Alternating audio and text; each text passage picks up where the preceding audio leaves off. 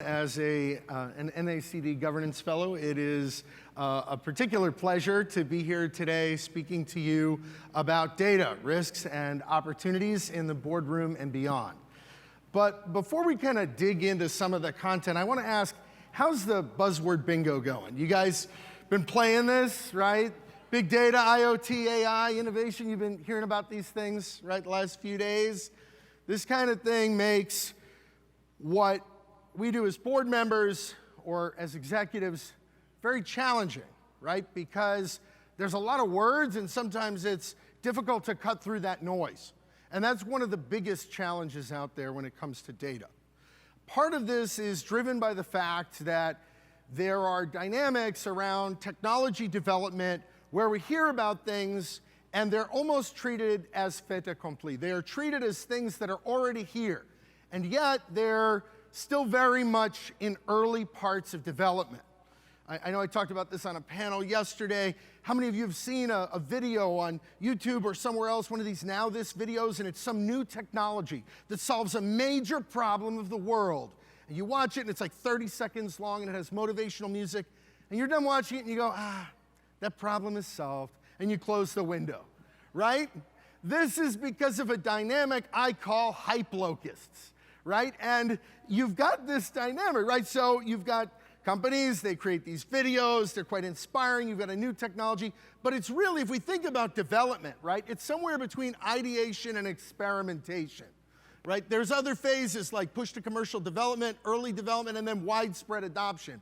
But a lot of those videos, things are still in their beta phases. It's still in experimentation. It's not a done deal. But the video goes viral, and then it's on social media, and then it's on the business media, and it's everywhere. And the hype locusts swarm, right? And this creates a real problem because as a board member, you've got all these different technology words in the buzzword bingo and all these different things coming up, and it's very difficult to do your job and cut through all the technology noise. This is one of the biggest challenges when it comes to data, is cutting through that. And this hype locust dynamic makes it very, very challenging. The most important thing I would say to keep in mind is to always make sure any kind of technology you're looking at has positive ROI. An example where this has been particularly critical is something like, say, blockchain, right? In 2007, as Bitcoin rose, everyone was being asked, are you using blockchain? Are you doing blockchain? Is blockchain a thing at your company? And almost forced to, executives had to say, oh yeah, we're looking into it. What is it? I don't know, right? But yeah, we're on that, right? But now comes the time to get out the checkbook, and are we actually going to buy, do we actually need this? And that question is an important one to ask. Saying we're looking into it's fine, but actually paying for it, need to make sure there's ROI there. That's really important from a data standpoint. Now, yesterday I also held a session called the Navigating the Fog of Data, and I asked folks about their data nightmares. And it's very interesting because everyone's data nightmare, right, was not penny-wise, but it could have been, but everyone's data nightmare didn't have anything to do with a lack of computer processing power. On inability they needed a stronger computer. Everyone's problem was a breakdown of process. Somewhere, someone had not done one of the sort of basic fundamental things in a process to get to good analysis. And it's really quite mundane, but these fundamentals actually matter, right? You got to ask the right questions. Right now, you've got companies collecting data because that's what you're doing. Everyone wants big data. But the truth is, big data doesn't matter if it's not based on good data. And in order to get to good data, you need to start with some data, and you need to make sure you're going in the right way. Then you need to make sure you're scoping things right, you're collecting it right, you're cleaning the data, right? More than a lack of quantum computing, the biggest problem for companies is often someone didn't convert the currencies or the decimals in the wrong spot, or they mixed up imperial tons and metric tons. Right? That's a way bigger problem for most companies in their analysis than that they don't have quantum yet. Beyond that, testing and retesting results. We've heard anecdotes here, I've heard them elsewhere as well, where something in the process, the final deliverable, nobody really proofed it, there's something wrong in the end, no one's retesting. We built the model, we're putting it on a shelf, and that's it. And that's not how it works with data. So these things are really important. And a long term of data can be valuable if it's built on good data. Because if you don't have much, right, you look at this data point, you've got limited historical data, you're going to kind of draw, and well, it looks like it's kind of going a little bit sideways. But if you have good data and you've got a longer time series, you might realize, oh, actually on a trend, it's up and to the right. So the fundamentals, though, need to be in the right spot to get to that analysis. And it has less to do with the buzzword bingo and more to do with, honestly, a pretty boring, pretty normal kind of process, making sure people are following the right steps. That's often more important than the next technology that will be out there to augment your business. Another important thing for communication to you and from you in your roles is explaining the model. Right? This is a question that people say, you, me, them, everybody needs to be asking. You've got folks coming to your board, you need to ask them to explain the model. And if they can't explain it simply enough, tell them to go back to the drawing board. I'll give you an example. I've used this before, and it tends to resonate. So there's univariate macroeconomic analysis. In other words, a forecast with one variable. So when you see the outcome and you see the input, they look alike, right? Reasonable. But when you do a multivariate analysis, you've got a bunch of different inputs in the output, and they don't look alike. And sometimes folks go, well, why don't I see this in the end product? Why don't, if I want a correlation chart, it doesn't work? It's because multivariate analysis often has multiple different inputs. And the output doesn't work without one of the four here, for example, but they're all part of the same puzzle. So this is really important to understand, especially from a communication standpoint, because I've used this with clients a number of times. And if folks aren't explaining to your board what they're doing with data, as simple as making bread, you need to push on them hard.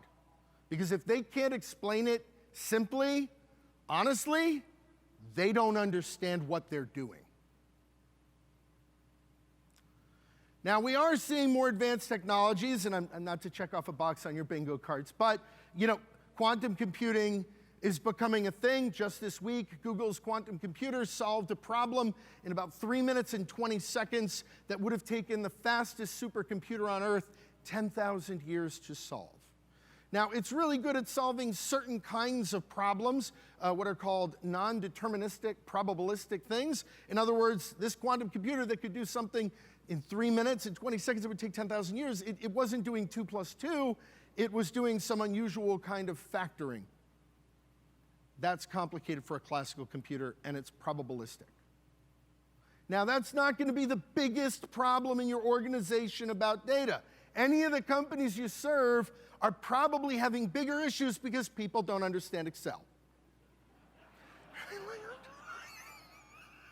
So think about those asymmetric risks as you're looking at data issues, right? I'd also say that things are not as they appear. Hence, this is not a GIF, right? So, and that's going to become even more true at the board level.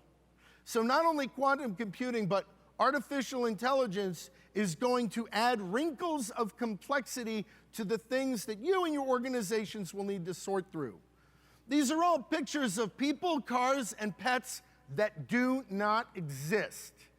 Right? There's an entire website dedicated to this, right? This person does not exist.com. None of these things exist.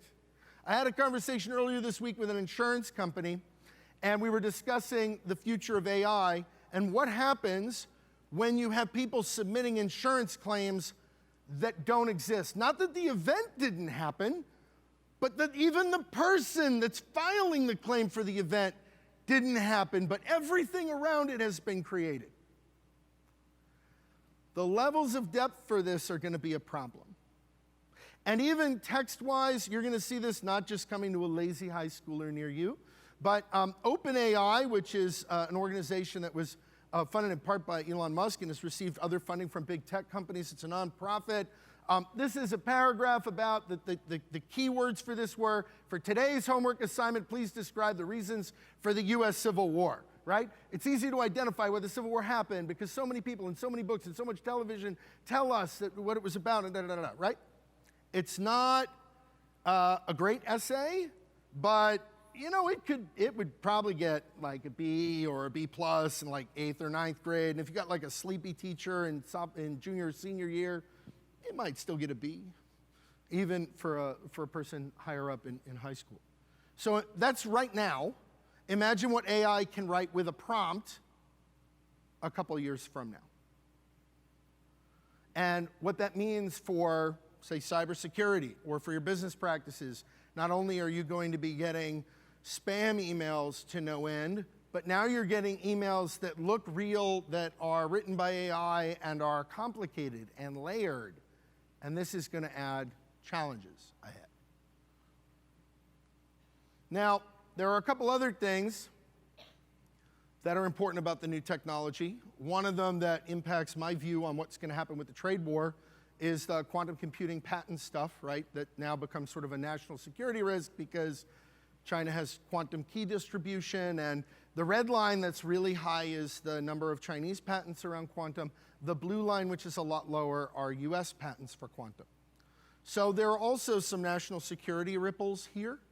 But that's not the only area as we look at data problems maybe in the next couple of years where we see data issues, right? Obviously, there's an election coming up, and there's going to be maybe some problems.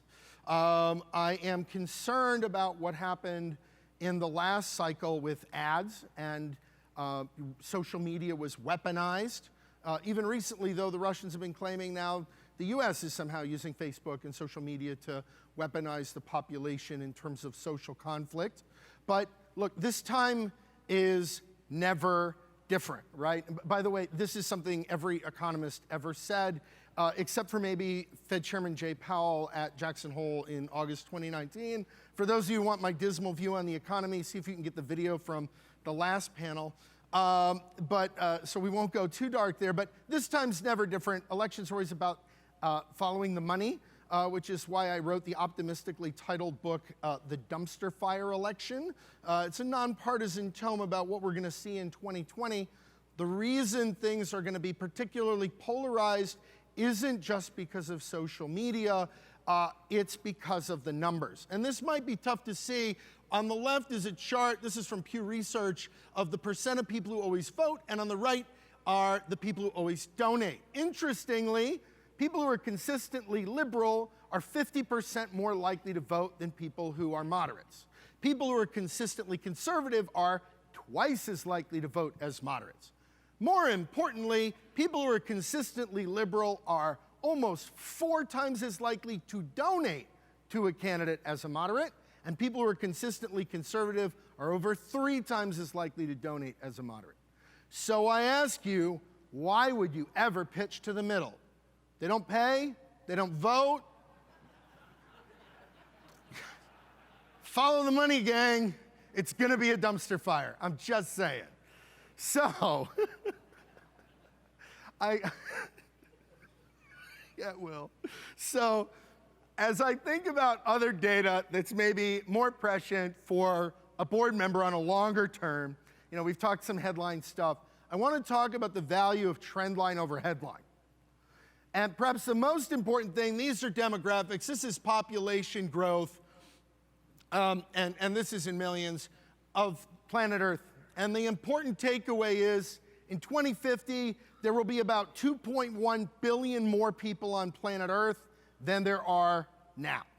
So 30 years from now, over 2 billion more people, right? Most of them are going to be in least developed countries.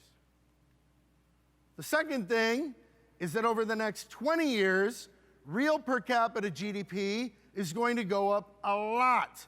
And it's going to go up a lot in emerging markets. If you look at, say, China, where real per capita GDP is about $15,000 now, in about 20 years, it'll be over $40,000.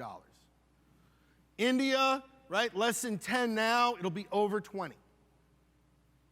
So emerging market wealth is going to rise disproportionately, and there's going to be a lot more people in emerging markets, and they will be a lot wealthier. So in terms of thinking about data and business strategy for your organizations, these global dynamics are important to keep in mind.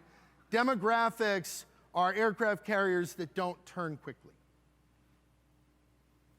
I'd also like to mention another trend line that I think is very important for the economy, and that's e-commerce. I want you to think of a number, and this number is the percent of retail sales in the United States right now that is e-commerce. I want you to think of a number. All that stuff you order online, what percent of the retail sales right now is e-commerce?